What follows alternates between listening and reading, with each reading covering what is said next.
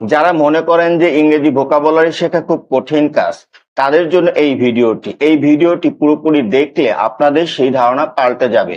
চলুন টেকনিকের সাহায্যে ভোকাবুলারি শিখি। অ্যাপ্ট অর্থ হলো জাহাজের পেছন দিক। অ্যাপ্টের আগে আর বসালে হয় র্যাপ্ট। র্যাপ্ট অর্থ হলো ভেলা। র্যাপ্টের আগে ডি বসালে হয় ড্রাফট। ড্রাফট অর্থ হলো খসড়া। র্যাপ্টের আগে জি বসালে হয় গ্রাফট। গ্রাফট অর্থ হলো গাছের কলম। র্যাপ্টের আগে সি বসালে হয় ক্রাফট। ক্রাফট অর্থ হলো শিল্প কৌশল। এবার অ্যান্ড শব্দটি দিয়ে কয়েকটি ওয়ার্ড মেকিং করব। অ্যান্ড অর্থ হলো পিঁপড়া। অ্যান্টের আগে ডাব্লিউ বসালে হয় ওয়ান্ট। ওয়ান্ট অর্থ হলো চাওয়া।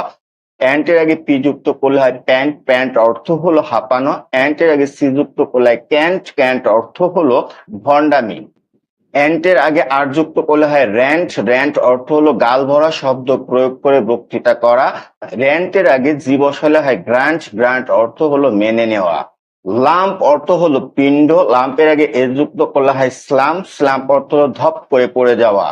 হাই অর্থ উঁচু। হাইয়ের আগে টি যুক্ত করলে হয় থাই। থাই অর্থ হলো উরু।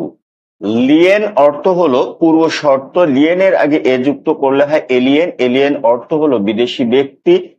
লিক অর্থ হলো পেঁয়াজ জাতীয় তরকারি। লিকের আগে এ যুক্ত করলে হয় স্লিক। স্লিক অর্থ হলো নরম, মসৃণ ও চকচকে।